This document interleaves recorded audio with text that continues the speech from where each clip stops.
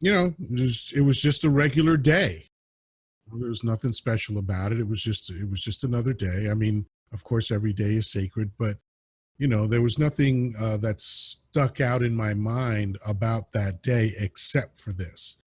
And I was in the shower, mid lather, I guess, or whatever, and they break into the programming and announce that George Carlin died, and I literally fell to my knees in the shower.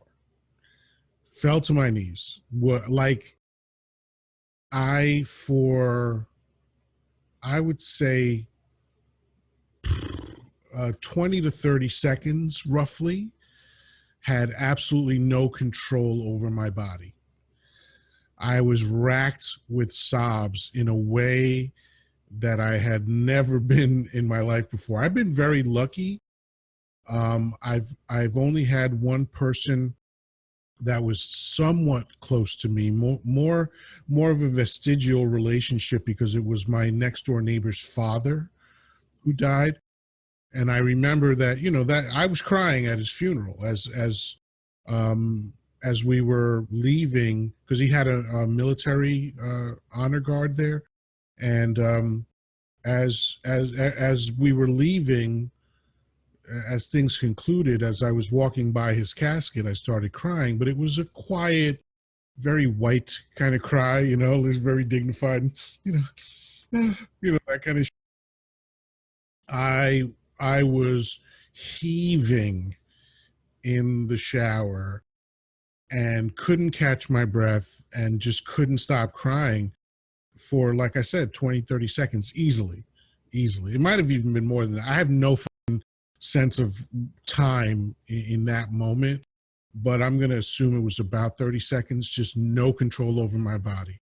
My emotions completely shut off any cerebral control that I might have exerted over myself. I was just shot out of a cannon, because he was a hero. He was my personal hero.